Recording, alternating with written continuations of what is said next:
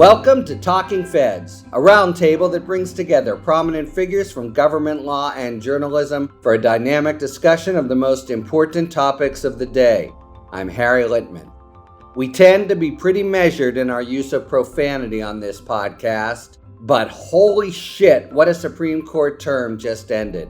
It was the first full term in which the court was under the solid control of a block of 5 justices, all drawn from the rightmost sliver of the legal community, the culmination of a spectacularly successful 50-year Republican effort to remake the court that had decided, among other landmarks, Roe v. Wade.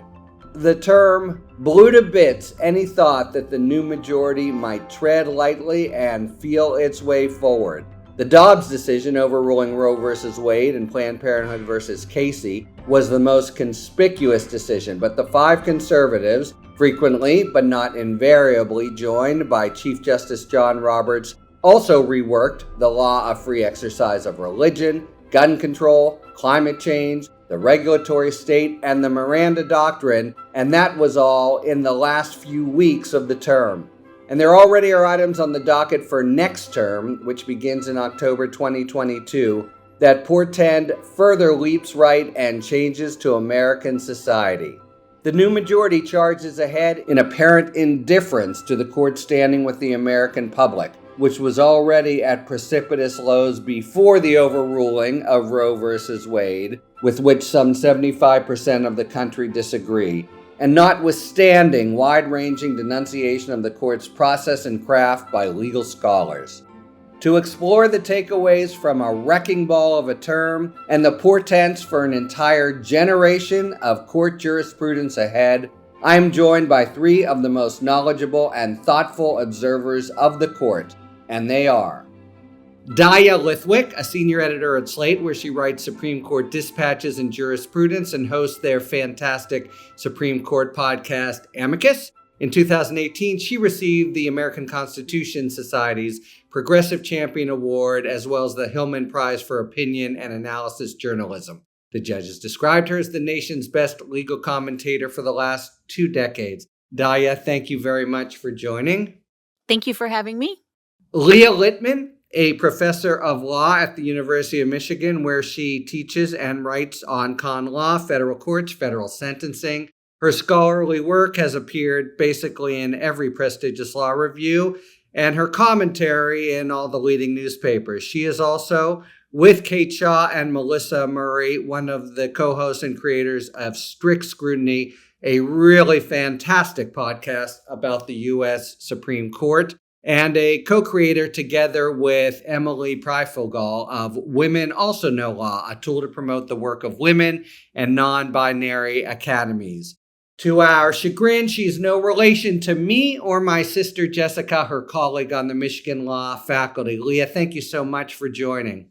Thanks so much for having me, despite no family relation. Right, yeah.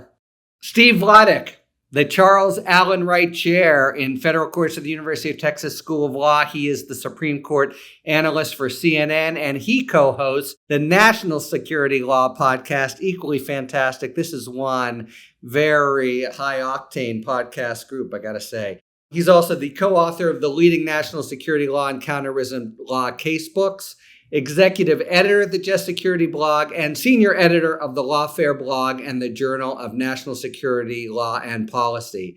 He has testified before numerous congressional committees and argued over a dozen cases in front of the U.S. Supreme Court, the Texas Supreme Court, and various lower federal and military courts. So that's some inhospitable and challenging tribunals. And one of these days, I might win one of them. Right, exactly. Thank you very much, Steve Vladeck. So this was a watershed term, any way you look at it. Rather than canvassing individual decisions, as is sometimes the custom at the end of the term, I'd like to focus on the court overall and the trends and portents of the term. Let's start with Dobbs, the big abortion decision.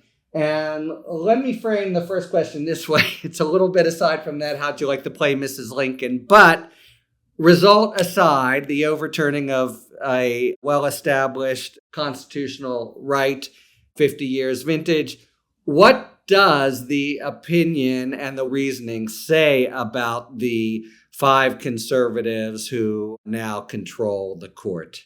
I mean, where to start? I think the fact that Justice Alito barely revised his opinion from the leaked draft that we saw in February suggests a court that views itself as largely immune from criticism and kind of above any sort of fallibility. I think the way the opinion is written is extremely power hungry. They basically make clear that they have an opportunity to overrule Roe, and so they're going to do it. I call this court the YOLO court in part for that reason. This entire case was manufactured because of a change in personnel at the court. Mississippi passed this law in 2018 after Justice Kennedy retired. It was unconstitutional at the time.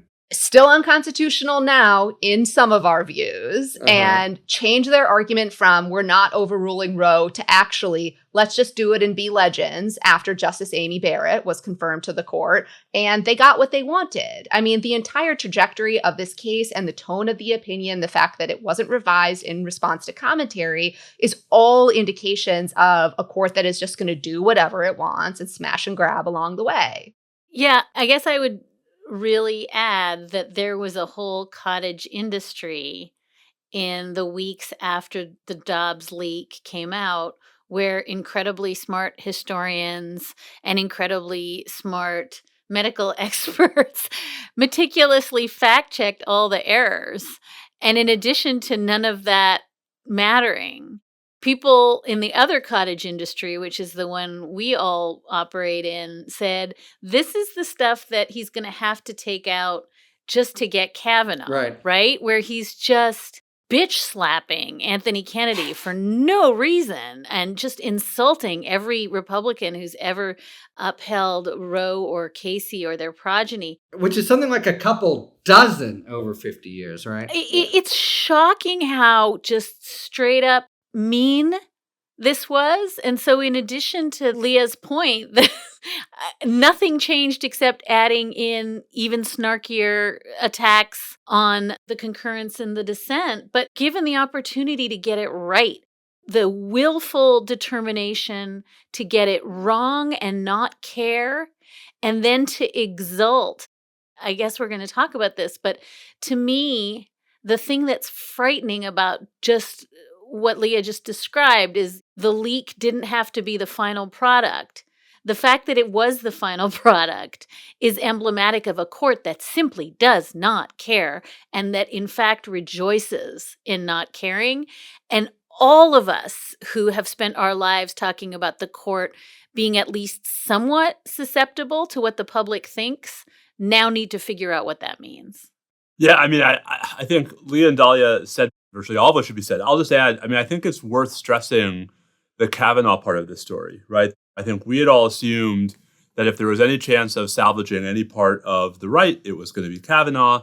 At the very least, much like Justice Kennedy used to have this moderating effect, whether he was with the lefties or the righties, we thought that would do something here. And it just didn't. Ruth Marcus has my favorite line about any of the current justices in her book on Justice Kavanaugh, which is from one of his colleagues on the D.C. Circuit who told her, quote, he's a fantastic colleague except when it matters, unquote. And I think this is the moral of the story. Here was the case that mattered. Here was the term that mattered.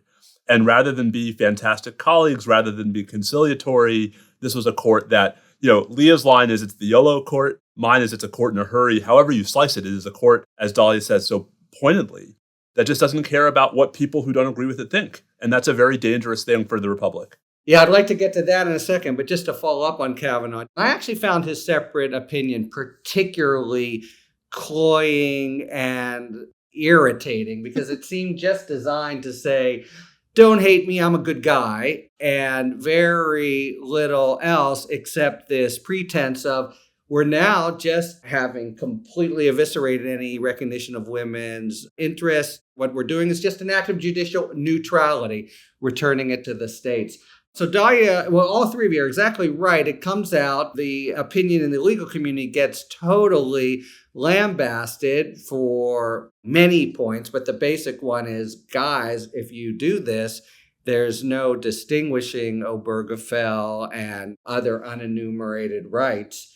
And so there's been quite a lot of discussion since on this topic. How vulnerable are these other unenumerated rights? And you have this provocative opinion by Thomas saying, serve them up, let's do them all. But it strikes me that notwithstanding Alito's and Kavanaugh's assurances, they're not in control of Obergefell's future. They're not in control of Lawrence versus Texas' future, because there's going to be states who's are completely chuffed at this result. They're going to pass new versions. People are going to be harmed. They're going to serve it up to the court, also including extreme versions, of course, of the abortion statutes like heartbeat bills. What's the court going to do? It can't just duck them, maybe once, but it's definitely going to return with a vengeance, no? And then they'll have this big precedent, and it's impoverished reasoning to be the main pertinent case to apply.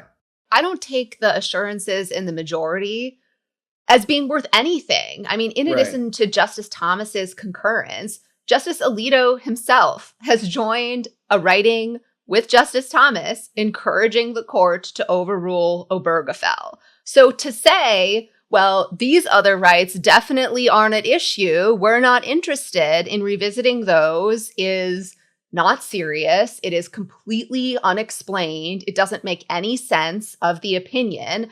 And it's not just us commentators who think that. It's clear that Republican political officials don't think that's where the court is heading, because you have the Texas Attorney General, the governor of Utah, all of the gubernatorial candidates in the Michigan Republican primary all calling for the courts to overrule Obergefell. Yeah, I mean, it's a race to the bottom, right? I agree completely with Leah. It's not worth the paper it's written on, and it's clearly in violation of what we know several of these justices have already said. And it does raise to me the slightly interesting question, and I don't know if there's an answer to this, but I've been mulling it, which is, if this is just a kind of PR endeavor, certainly by Kavanaugh explicitly and by the majority through bad distinction drawing, I guess I did find myself wondering why on this issue the YOLO court pumps the brakes. Like, why is it willing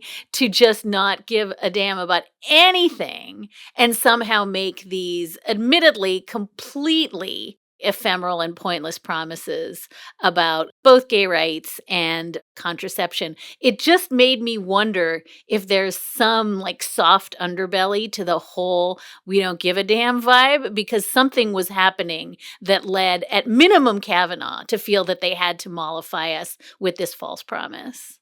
Dahlia, I think you put your finger on it. I suspect that there are parts of the majority opinion that were written for Kavanaugh's benefit, and that his concurrence is basically saying, don't worry, rich Republicans, you can still leave your state to get an abortion. And I think that's a marker, right? There's a lot to say about the joint dissent. I thought one of the most analytically devastating passages was the discussion of how either the majority is being incredibly hypocritical or it's lying. It's one or the other. And I think that there's a lot to be said for that. And I think it very well may be that Justice Kavanaugh knows that if and when these cases come to him, he's going to join X number of justices to strike down, right, travel bans and or contraceptive bans. The problem is all the damage that will happen until then, right, which is lower courts aren't bound by his concurrence. Lower courts don't have to follow his concurrence. Lower courts can point out, as the dissent does, that the concurrence isn't consistent with the analysis in the majority opinion. And so I think what doesn't get said enough, and what we've seen in Texas, of course, since last September, is just how devastating the chilling effects of these kinds of developments can be, even if the Supreme Court never actually upholds these laws on their merit. So it's a little convenient to just wave your hands and say, of course, we'll strike those down if and when they get here. The number of people whose rights would be messed with between now and then, right? People who would think they couldn't travel, people who would either pursue an illegal abortion or just bring a pregnancy to term that they weren't planning on bringing to term. I don't know how you account for that. I mean, we've never had a regime like this. First, I want to say, this is a subject for another day, but I think his right to travel analysis is pretty dubious. Unless he thinks it isn't. I mean, the problem is it's not analysis. It is just a statement of his conclusion. Well, more than that, specifically inconsistent with their right to travel jurisprudence. And I think it's even more than that, Steve, because even if it's cabined to abortion, the enforcement efforts, when this is combined with the zeal of people who are, elected officials who want there to never be another abortion in the country, when you really try to imagine that as a matter of enforcement, it is head spinning. Let me follow up on your point quickly, and then we'll move off, Dobbs. You say a huge majority, and it's true, disagree with the opinion. It's a devil's advocate point, but so what? Counter-majoritarian institution, the Supreme Court. So should the court care, should we care that 75% or so of the country disagrees with the bottom line result? So I do think that part of why we have a Supreme Court is to buck majoritarian sentiments in cases where it's absolutely essential to protect minority rights. But here it's the other way around. Here the court is undoing a right that is actually largely popular and doing so under the either disingenuous or simply ill-informed premise that returning it to the democratic process is going to fix things, failing to account, as Leah and her podcast co-hosts have written so powerfully, failing to account for all of the ways in which the court's own jurisprudence has actually messed up that democratic process. I mean, listen, I live in Texas. Texas is a 55-45 state where Republicans have a supermajority in one chamber of the state legislature and a near supermajority in the other, where the most important elections are the primaries, where the Republican candidates who are the closest to the platform of the Republican GOP party of Texas win the elections. And so the notion that returning this to the democratic process is somehow a salve, I think is both inverting the court's historical relationship and failing to account for just how undemocratic the democratic process is. Look, I think it's a very fair point, and it's one thing, individual decisions, but when they are this out of whack, and they're out of whack with the legal community, the few times that's happened, I'm not a court historian, but still, I think it poses ill for the court. And I do think you have this indomitable majority that really almost is proud of that, almost came of age as sort of defining themselves in this extreme 5%, and this really was their chance come hell or high water to do it. I also want to make one larger point, which is part of what I've been really struck by is stipulating what Steve just said, which is that by all means, we want a minority protective court. That's how we got Brown v. Board, right? That's essential, and nobody is saying the court should follow the polls. I think one of the things that is really alarming, and it goes to this larger question of stare decisis, and it goes to this larger question of jolts to the system that the old Chief Justice Roberts purported to care about, and it goes to the court, I think, just taking a wrecking ball to the tests, not just the undue burden test here, to the test in Bruin, to the Lemon test. The court just basically, in every single major overrule and in every single major fake overrule, said, not only do we not care about precedent, and we can talk about that, but also the test is what I say. What I think history is, what I think too much religious coercion is. And I just want to marry like that to Steve's point, which I think Leah wrote this week, which is there's no way for majorities to vote on anything if we don't actually know what the law is coming out of any of these cases. I don't actually know, coming out of the EPA case, how you could craft a regulation that would satisfy the court because the court didn't tell us. I actually do not know what would satisfy the court on a gun regulation because the court doesn't tell us. And so I want to just say the court is not just arrogating to itself the power to overturn cases. It is also hiding the ball and not telling us what the test is. And that's really, really chilling if you're trying to think about responding to any of this. And the chaos that Steve described all over the country as clinics try to figure out what they can do. And people are trying to sort out if they can put Plan B in the mail. And it's not clear when an ectopic pregnancy is sufficiently catastrophic that you can do a termination. This is all because the court just didn't tell us anything. They just told us, ignore what you thought you knew because now it's wrong. And I think the nihilism in that project has not been sufficiently explored. So I think it's an awesome point. I'm thinking in particular their free exercise jurisprudence. They just sort of start to state facts and present things that if you think at all seriously about them, you realize we've just gone a whole phase shift to the right, but we don't know exactly how and why. This is a little hard to frame, but let me try. I think it's important. How to measure or account for the court's profound disconnect with previous courts in most of American society. Is it sort of a factual, countercultural thing where they're solicitous about certain people, like the coach praying at midfield and others, and it all derives from there? Or is it more sort of Federalist Society legal and received wisdom about specific overreaching liberal precedent? What's your best guess of what does sort of drive them? I think the two things that you identified are just inextricably interwoven, right? The conservative legal movement, the Federalist Society, doesn't exist completely separate and apart from the cultural counter-revolution. These two things are in symbiosis with one another. And so some justices probably conduct themselves in a way that makes them look like they are more influenced by one category than the other. Justice Alito, for example, looks like he is just channeling Fox News a lot of the time.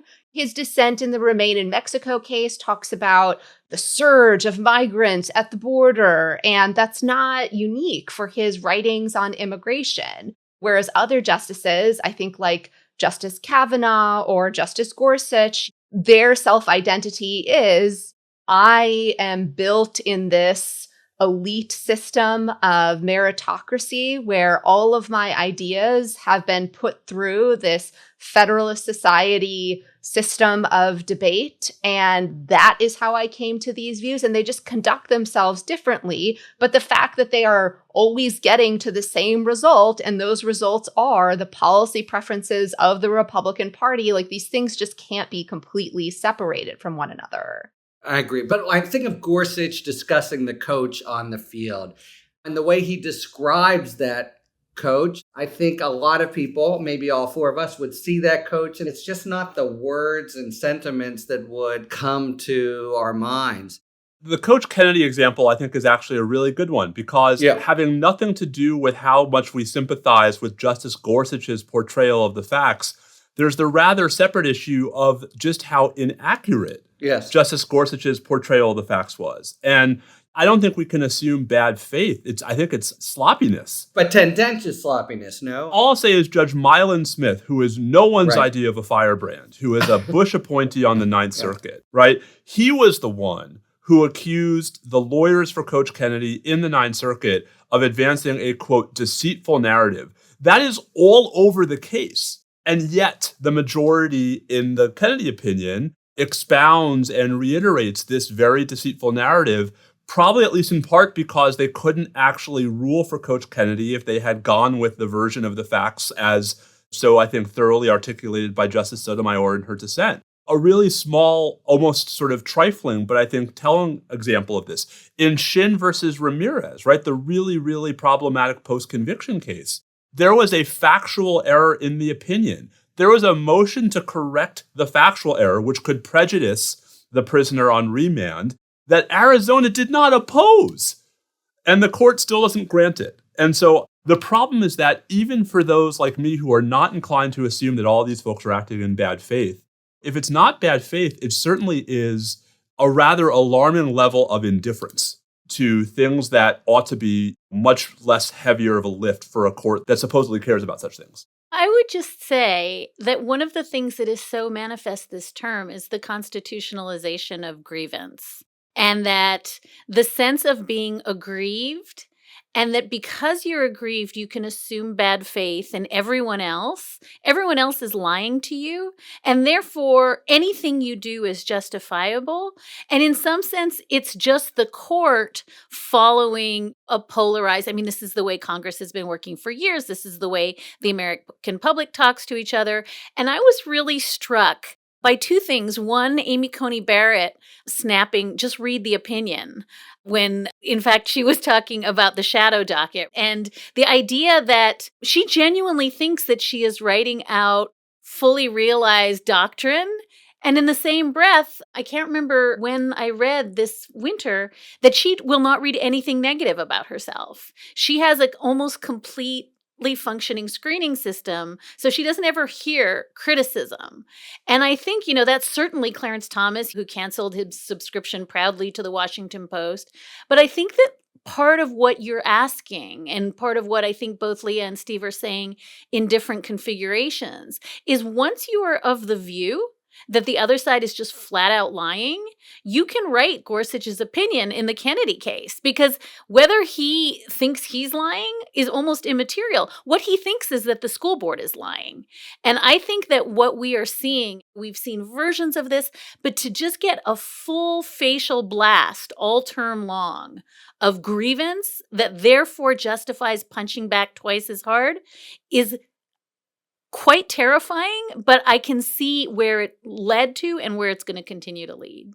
That's a very interesting way of thinking about it. All right, let's turn for a few moments to the Chief Justice John Roberts. 3 years ago, there was discussion of his being the most influential, powerful Chief Justice going. So extremely poignant detail, the biggest case for sure of his tenure, and he is 100% alone. There's almost a sense of, oh, pretty please, can we go incremental, and the five giving him the back of his hand. So where is he now as a chief? Is he throwing in the towel on trying to temporize the five? There are often a lot of 6-3 opinions. Where do you see his role now and his impact on the court?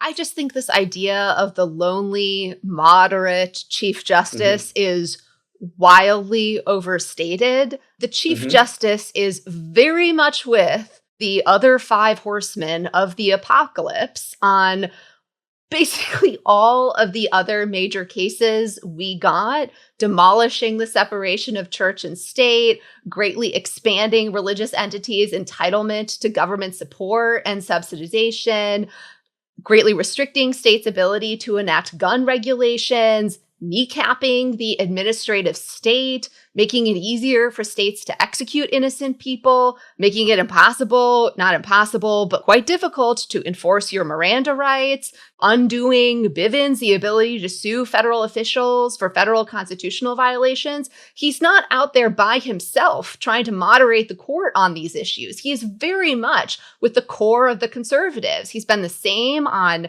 voting rights. I mean, he was joining Justice Alito's opinion, weakening the voting rights, as well as with the conservatives dismantling the disclosure requirements last term. So I just don't want people to have in their heads, when they think of John Roberts, this moderate who is trying so desperately to moderate the court. He is all gung-ho on so many of these projects that it just so happened that in Dobbs, he wanted to overrule one part of Casey and Roe and not all of it. And that's our best example of this. Just to piggyback on what Leah said, I mean, I think the difference for Chief Justice Roberts is procedure versus substance. He's willing to go everywhere the other conservatives want to go on the bottom lines in almost all of these cases, as long as there's a plausible procedural way to get there. And the only place where he really stood up to the conservatives at all this term was on emergency orders, on the shadow docket, right? Where he dissents in the SB 8 case. He dissents in the Alabama redistricting case. He joins Kagan's dissent in the Clean Water Act case, right? 2 days after Justice Barrett's, I think, very ill-conceived speech at the Ronald Reagan Library. And what's telling about those dissents is that he's not saying, I think, that the law should be as the liberals want it to be.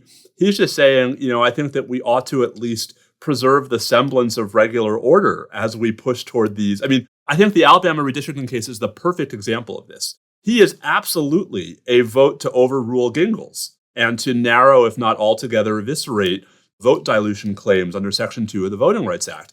He just didn't think it was appropriate for the court to do that through an unsigned, unexplained emergency order. I don't think we give participation trophies for those dissents. If anything, it's not like, thank you, Chief Justice Roberts. It's more like, it's crazy that, he's alone on that. And didn't he flip this week? Yes. At least he did not note his dissent. Me being the shadow docket pedant, I've got to point out that it's possible he dissented and just didn't record it. Okay, but if he cares about the optics, it's amazing to take a stand in the Alabama case and then not take a stand.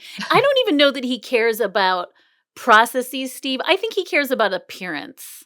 And I think that his whole life has been triangulating against this image he has of himself as, another John Marshall and another William Rehnquist, somebody who's willing to put the interests of the court before his own.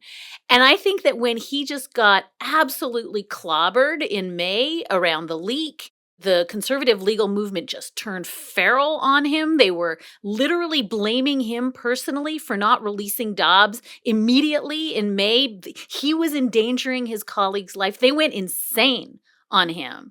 And I think he just looked around and said, if I can't beat him, join him.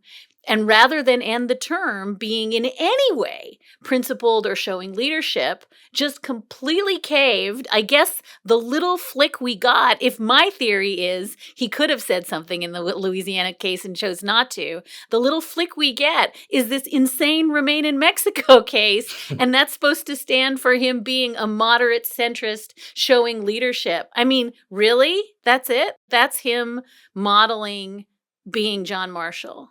By the way, Steve, your thesis is well illustrated in Dobbs itself. His argument is they first came in and asked not to overrule. So why didn't we just do that? And why don't we just say that 15 weeks makes it and what? Just leave this very question to another day. I am not here to defend Chief Justice Roberts. I think the one obvious point here is that he just doesn't matter anymore, right? Whether he's dissenting or not is no longer relevant. And I think if you actually look at the so-called Martin Quinn scores for the term, which no one really should do, it turns out that the median justice ends up being Gorsuch, not Kavanaugh. But I think that's actually deeply misleading, that in every case that matters, this court's going to go as Brett Kavanaugh wants it to go. And maybe there are a handful of criminal law cases and tribal sovereignty cases where Gorsuch really is the leading indicator. But people want to say it's the Alito court, it's the Thomas court. No, this is the Kavanaugh court. And a Kavanaugh who is not nearly as close to the chief as I think a lot of folks had predicted and maybe even expected when he was nominated in 2018. I just want to say I did not predict or expect that. No one would ever accuse Leah of taking the optimistic prediction in this space. I am unwilling to give the court any of their names because all of them are just pleased as punch about all of the things they are about to do, and I do not want to give them the satisfaction of having their name associated with all of these things they have dreamt of doing ever since they were however many years old. Well, this is the point. They came of age at it. Let me just jump one step back to Roberts, though. Here's the problem. Look, Roberts is smart and writes well and can make good points. Other than him, it's Kagan. And the five don't give a shit. You would think in a different configuration, he could make a sort of very strong, piercing. Still, it just doesn't matter however clean or analytical or compelling. You have a court where five are seemingly indifferent to the strongest counter arguments. And that, in a sense, is not a court.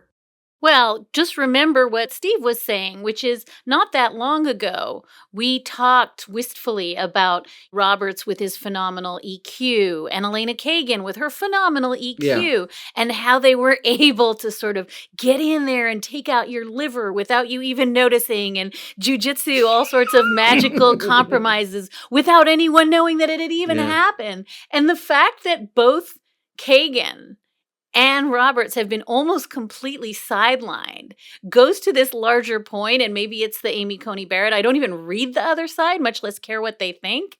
But the idea that the two savvy negotiators on the court are now completely irrelevant, I think tells you all you need to know about how much this court is in play.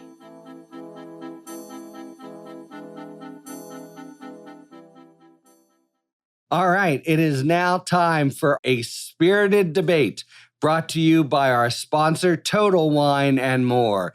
Each episode, you'll be hearing an expert talk about the pros and cons of a particular issue in the world of wine, spirit, and beverages. Thank you, Harry. In today's spirited debate, we peek behind the wine label to see who lays claim to the best Chardonnay, California or Burgundy, France. As we've touched on before, wines from the U.S. are classified by the grape, while French wines are classified by the region. In France, the region of Burgundy produces some of the finest Chardonnays known as white Burgundies, which are almost always made from Chardonnay grapes. To put it simply, when you see a white wine from Burgundy, you know it's a Chardonnay. The cooler weather and cloud cover in Burgundy creates wines that have less of the rich fruit flavors you might find in a California Chardonnay.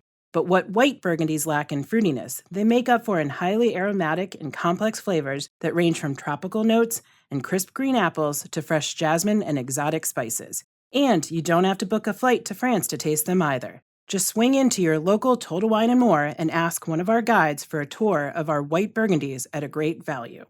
Swinging over to California Chardonnays, you'll notice that they tend to be rich, full-bodied whites that have undergone malolactic fermentation and heavier doses of new oak.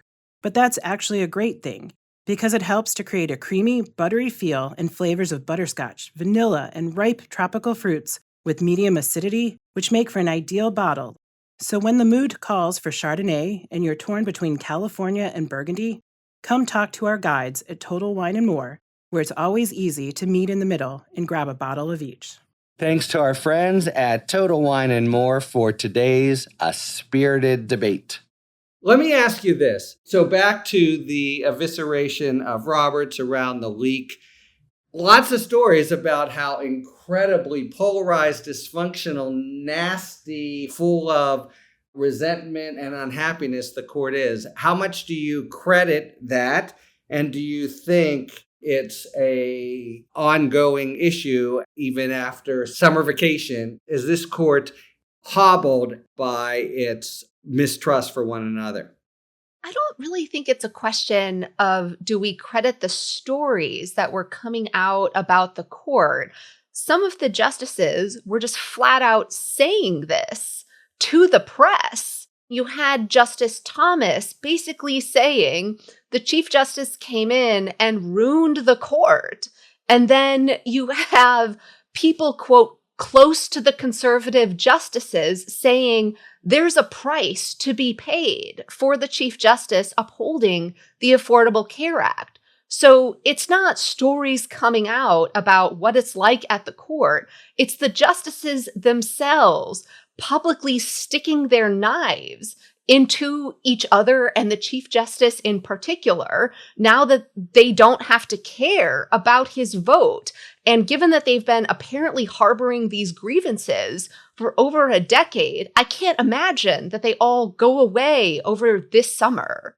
I realize that this year has seemed like a century, but remember Maskgate? Right? We are not yet 6 months removed from the Gorsuch Sotomayor, no, we're really good friends contretemps. And listen, I think it'll be years before we actually really know just how bad things are. But I'll just say from the perspective of someone who watches the court every year, there are lots of things about this term that were off. Even if you just want to look at like the little itty bitty public signs, weeks where opinions usually come out where none did, right? Sniping and dissents, the likes of which we haven't seen before. I mean, the iterative criticisms in the liberals' dissents about what the conservatives were up to tells its own story about just how dysfunctional the court has become. The court's way behind in filling its docket for next term, which may not be a bad thing. We need more leaks to tell us what's going on, but I will just say that it's impossible not to sort of look at Justice Breyer's departure as the end of it. The era ended a while ago, but the end of the era. The end of the professed era. There's this great quote from Scalia when O'Connor retired, where in his note to her, right, he said, "You were the glue that held us together. Who's going to do it once you're gone?" I think there was truth in that, even if he didn't care about that truth. And I think that that was a cohort of justices who, even when they disagreed with each other, got along pretty well. Even Scalia and Ginsburg, right? We are now 16 years past O'Connor's retirement, and there's no middle. But this also goes to the stuff Leah's written about elite institutions and the extent to which the prestige of the court is all bound up with this kind of courtly talk of we're all friends and we're all pals, as though that has any intrinsic meaning. And what it is code for this is a certain kind of club for a certain kind of people, and we take care of our own. And I don't know, there's a part of me, and I say this with all due respect to Justice Breyer, who would love to read the afterword to his poor book, the most ill-timed book in publishing history, about how we're all friends and nothing is personal and this isn't ideological. And I hope he's like beavering away on the afterword in which he says, wow, I just was so wrong. But I do think there is a part of this wheels coming off process we're all describing, which is that I think there's always been this category error where the court could say, as long as Ginsburg and Scalia were friends, then there wasn't a problem. And being friends isn't a proxy for respect or politeness or listening to other arguments or being open-minded. It just means you like to go on safari together. So to my mind, maybe getting rid of some of this completely fake collegiality that is just about we don't stab each other with our shrimp forks in the lunchroom is useful, because at least we can call it what it is, which is a political enterprise that is conducted by political road rage. I think there's a lot to it, but I would just say, I think that's overstated. I believe that when they've had a reservoir of goodwill, it could be called on, at least in certain kinds of cases, at least they would listen. It wasn't always a complete shill. I do agree that especially as he was writing it, Breyer seemed to be either wildly ingenuous or who knows what. But it's part of a bigger problem. They're supposed to be able to persuade each other, and there's just seems no shot at that now, and no, well, he's a smart guy. Maybe I'll see it from his point of view. There's just so little of that on the court. And Kagan, I think, is a pretty good example, too. That was a very biting dissent at the end. Well, I used to say we're all textless now. I guess I was wrong. It feels like she has this very stark choice between maybe playing it super nice and capitulating to get one, preemption case or something, or it just has to, one after the other, say power, not reason, is the currency of this court's decisions. All right. For people listening, I think they have a pretty general hold on the views of the court toward especially individual liberties.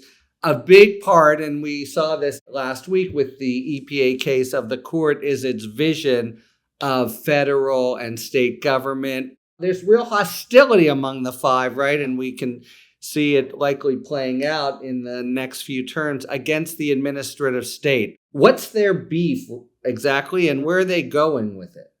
I mean, the administrative state is how industries are regulated today. Seeing as how the Republican Party and the Republican appointed justices aren't huge fans of regulation, some of that hostility is now channeled into hostility toward the administrative state. It also reflects this separation of powers formalism. They look at the Constitution, they squint real hard. Mm-hmm. They don't see the administrative state in a separate article. And so they say, Congress has to be the one that makes the laws. These administrative agencies aren't in there. So that's where it's coming from. That's what I'm asking. Like, you think it's just this sort of pristine view of doesn't fit into the Constitution? No. My first answer was it is just a deregulatory bonanza for them, because agencies are just how regulations happen today rather than legislation. Yeah, I would just add, I think the administrative law stuff is such a perfect example of so many of the pathologies we've been talking about today. Uh-huh. There's unanswerable scholarship, including from two of Leah's colleagues at the University of Michigan, Nick Bagley, Julian Davis-Mortensen, about how this recent effort by conservatives to revive something called the non-delegation doctrine has no actual substantive defense in founding era understandings. And in the Western University, there's a footnote I think it's in the Gorsuch concurrence, that basically says, well, that's one article, but here are 15 articles coming out the other way, as if we count these things by volume. Right. But Harry, this is the point. It's so consistent with Republican politics, right? Which is to sort of have a great talking point that totally belies what is actually going on. The talking point is that administrative delegation is anti-democratic, because you're giving all of this power to unelected, unaccountable, executive branch, faceless bureaucrats. Anthony Fauci, right? If you really want to sort of bring everything together. And there are two different ironies in that. The first is, this is the same Supreme Court that has spent the last 12 years dismantling all of the protections that mid-level bureaucrats had from being directly accountable to democratically elected superiors. It is no longer the case that there are lots of high-level, mid-level bureaucrats who have serious independence from the president. But second, the narrative about delegation is that it's much more democratic to leave it up to Congress. Everybody knows Congress does not have the institutional capacity to assign radio frequencies, to set national ambient air quality standards, to sort of micro-legislate. And so it's not actually pro-democracy. What it is, as Leah says, it's anti-regulation. And if the court were more honest about it, we'd be in a better place. But, they have to sort of perpetrate this narrative that actually what they're really doing is they're protecting democracy by grabbing power as a court away from people who are actually democratically accountable. If anything, what surprised me about the dissent in West Virginia versus EPA was that it wasn't even more strident, because I think this is quite a remarkable development for the court to endorse. All right, I'd like to serve up a kind of summary question. This will sound like puckish or tongue-in-cheek, but I don't mean it that way. Was the term an unmitigated disaster? And I don't mean, Gorsuch had an interesting legislative history. Basically, of all the terms that we could have had starting in October, was it about as bad as it got? Or do you see any silver linings or any mitigation to the disaster? So that's my question for each of the three of you. Unmitigated disaster, and why? This is going to get dark, but there's a moment in Schindler's List, where the husband says to the wife... You already know it's going to get dark. Yes, but there's a moment where the husband and the wife are in the ghetto and it says, look at it this way. The husband says, it could always be worse, right? Harry, it could always be worse. Was this an unmitigated disaster? I mean, I think it was as problematic a term for the court as an institution as there has been in my lifetime. And that includes the October 2000 term, which had Bush versus Gore. And we can talk about individual cases, but in the aggregate, the direction the court is moving, the speed it's moving in it, and the complete lack of care for how it's eroding public faith in the court on the part of a growing cohort of the American population is as troubling a term for the court as an institution as any, certainly in the last 75 years. I completely agree with Steve. This was about as bad as it could be. Of course, you can always dream up ways in which it could have been worse. The justices could have formally announced, we will now decide cases by consulting our magic 8-ball. They didn't do that, right? Honestly, it's not clear if that would be worse at this point, at least from some perspectives it would be.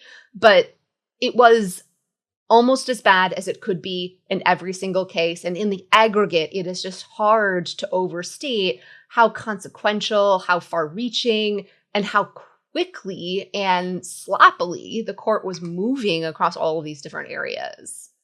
Maybe I would say, too, up until late Thursday, I was like, it could be worse. They could grant the independent state legislature doctrine case, but then they did.